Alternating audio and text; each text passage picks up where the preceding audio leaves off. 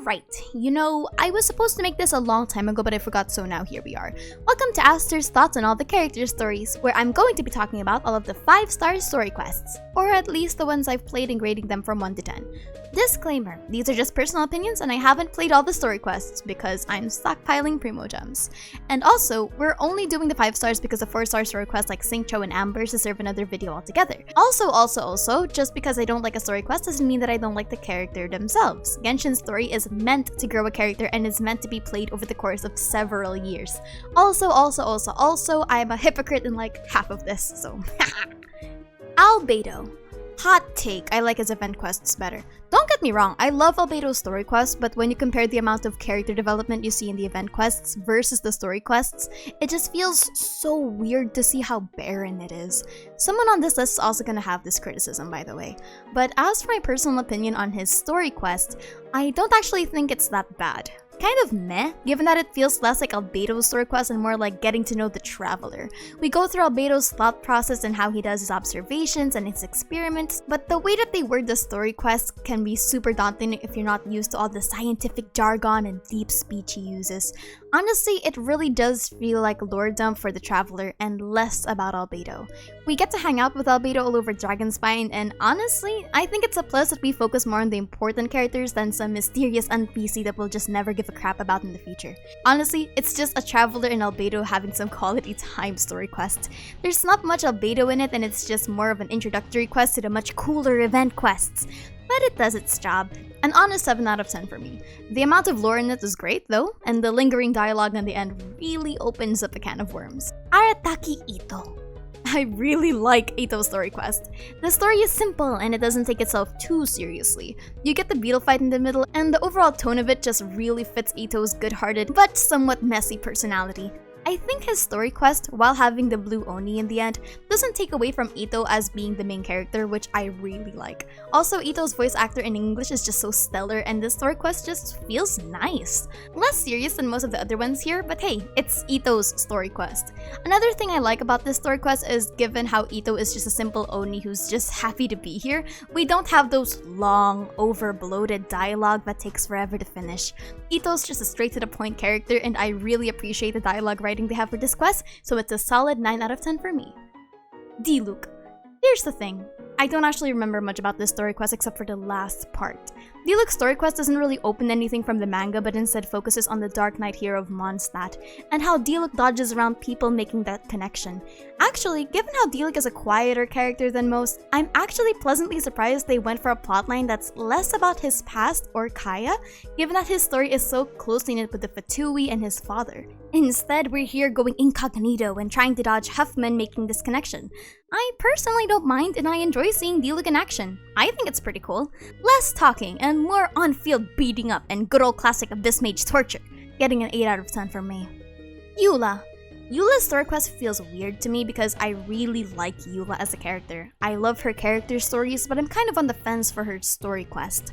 On one hand, I really like it because it shows a side of Mondstadt that we don't really get to see in other character quests. The nastier, more hostile side of Mondstadt's citizens, which contradict this idea that Mondstadt is an open and safe haven.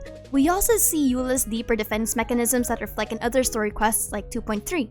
On the other hand, I think I zoned out at the middle of the last part with the Fatui and the Lawrence clan because the talk suddenly became less about Yula and more about politics. But honestly, while I was zoned out, I think it was a really good way to show that the Lawrence clan was corrupted and further justifies why Yula was trying her hardest to distance herself from the name.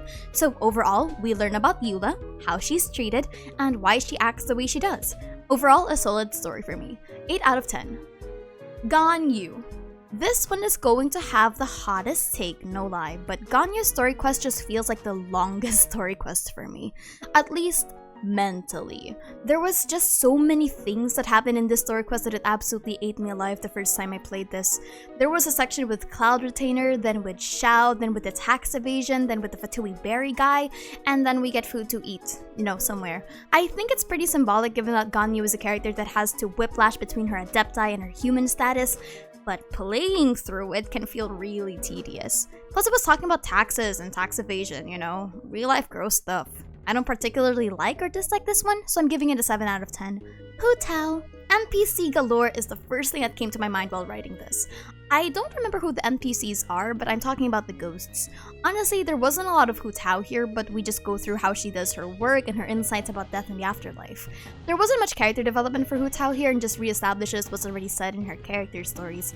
To be fair, I don't know how else they could have done this, considering Hu Tao is a character that meddles with death, and her not being dead can kind of limit what her story quest can be about. So it's kind of a 6.5 out of 10 for me. Also, this dungeon kind of made my brain go fucky-wucky. Jean. I have a soft spot for Jean's story quest. It's a really long fetch quest, all things considered, but I really like the Jean's quips in the middle of it, plus there are so many cute little moments with her, Lisa, Venti, and the other characters. Jean's story is just a feels-good story quest, and yeah, it's pretty long. It does make you somewhat empathize with Jean being this kind of errand girl of Mondstadt, so it's a 7 out of 10 for me. Kazuha. Hot take, I didn't like this story quest, which is really strange because I loved his domain, I love his 1.6 story, and I love his Irodori Festival quest. But this one just feels strange, especially since this is the only permanent content featuring Kazuha if you don't count the Inazuma prologue. I think that Kazuha's story quest could be so much more.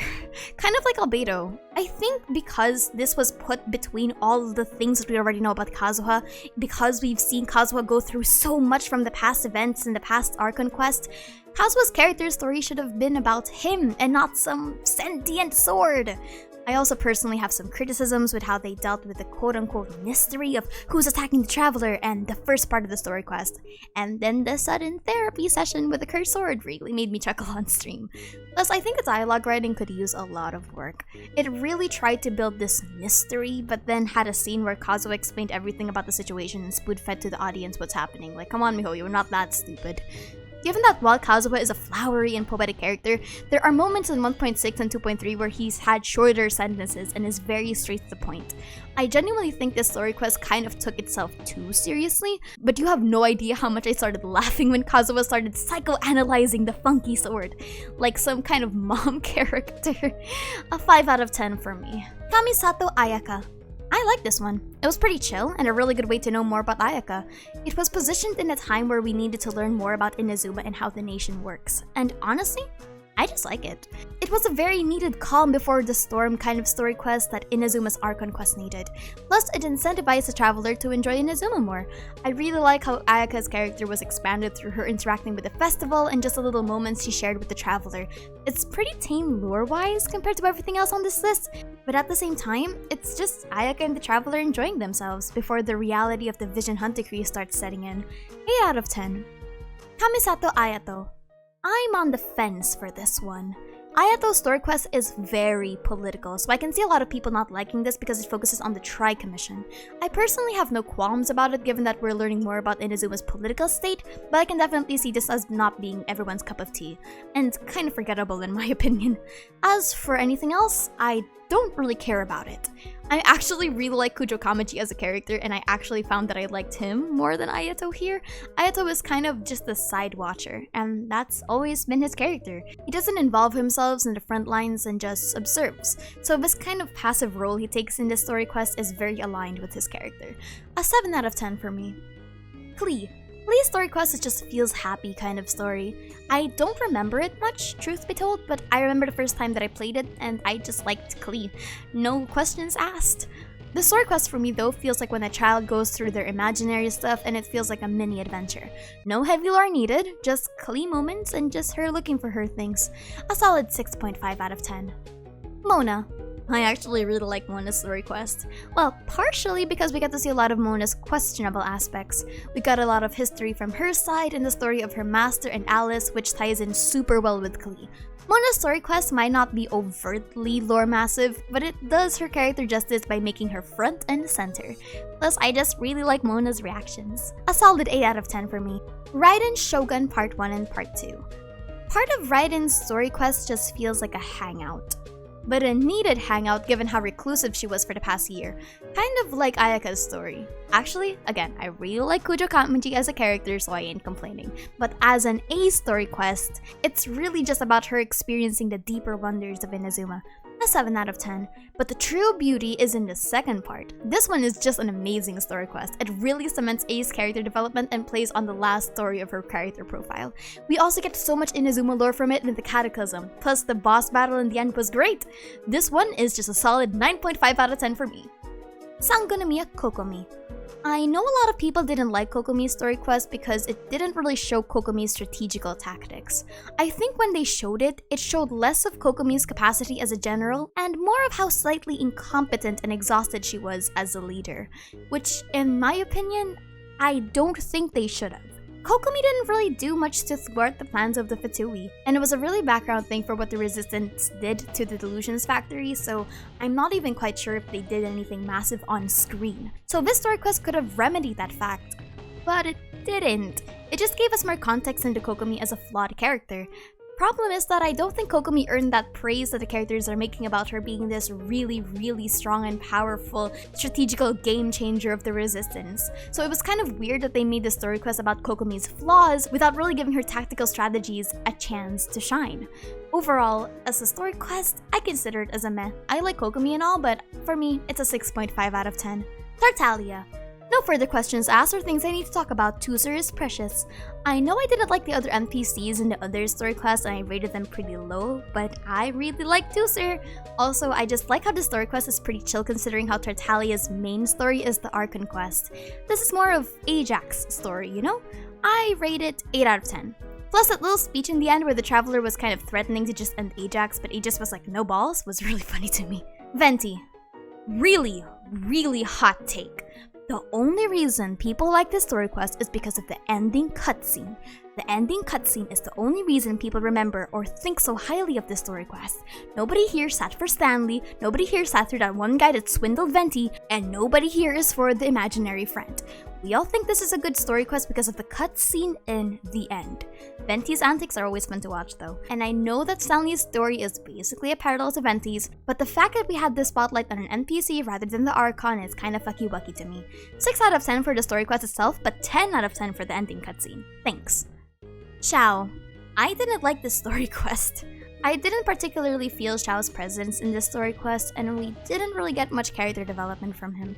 It started with Xiao being distant and ended with Xiao distantly asking for the Traveler if he can eat alone. And we didn't really learn much about Xiao and instead focused all of our attention to Stargazer and Pervases. Nothing wrong against Pervases, but you know, this is Xiao's story quest. Especially since when this was released, the Yaksha story trailer was already released, which kind of made it unfortunate that they didn't even mention that in Xiao's actual story quest. The culmination of all of Xiao's character development in the game is beautiful though. Xiao is my favorite character, and the thing is, he went through so much, but this story quest is just... ugh. I count the 2.7 Archon quest as the true Xiao story quest, sorry. This one though is a 4 out of 10 for me. Yai Miko. Yai's story quest just feels really mid. It's those kind of story quests that if you don't like the character, it doesn't really provide any character development. Gives more perspective into Yai's state of operations, but doesn't really go too deep into her personal problems and whatnot. I personally find this story quest to be meh, but I really like Yai Miko, so you know, 6.5 out of 10. Yelan. I haven't played this one. I had to go through the summary because I made a Yelan video and because I was talking about a Fatui Harbinger, but I haven't actually played through it, so she's getting a question mark out of 10. Yoimiya. I hold Yoimiya's story quest at the same regard as Yai's. You won't like it if you don't already like the character. The ending cutscene was beautiful though, but the whole quest is pretty forgettable unless Yoimiya is already one of your favorite characters. So 6.5 out of 10 for me. Zhongli. As a lore player, Zhongli's story quest is great, though playing through it has a lot of, let's say, packed dialogue. I know Zhongli speaks super flowery, but I swear I learned at least 3 new vocabulary words while playing this. And I know that these story quests focus on the NPCs, which normally suck, but given how lore-heavy this story quest is and how important the Archon War is to the overall story of Genshin, I give this one a pass. Plus, the domain in the first part is so fucking chilling. I remember the first time playing through that and getting so mortified because it feels so straight out of the SCP Foundation. I'll rank the first part as a 8 out of 10 because it kind of traumatized me, and then a 7 out of 10 for the Ashtaha. The Ashtaha story quest was pretty okay. I didn't really mind it. Okay, that's it for me. If I missed anyone, well, that's sad. And before that, I would just like to announce that I am streaming Zenless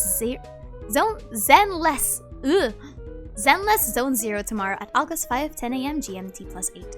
So, hope you enjoyed that and hope to see you there. This is basically Hoyo's new game and I'm super excited because it looks so funky! Anyway, thanks for chilling with me and here's to Sumeru coming in a few weeks.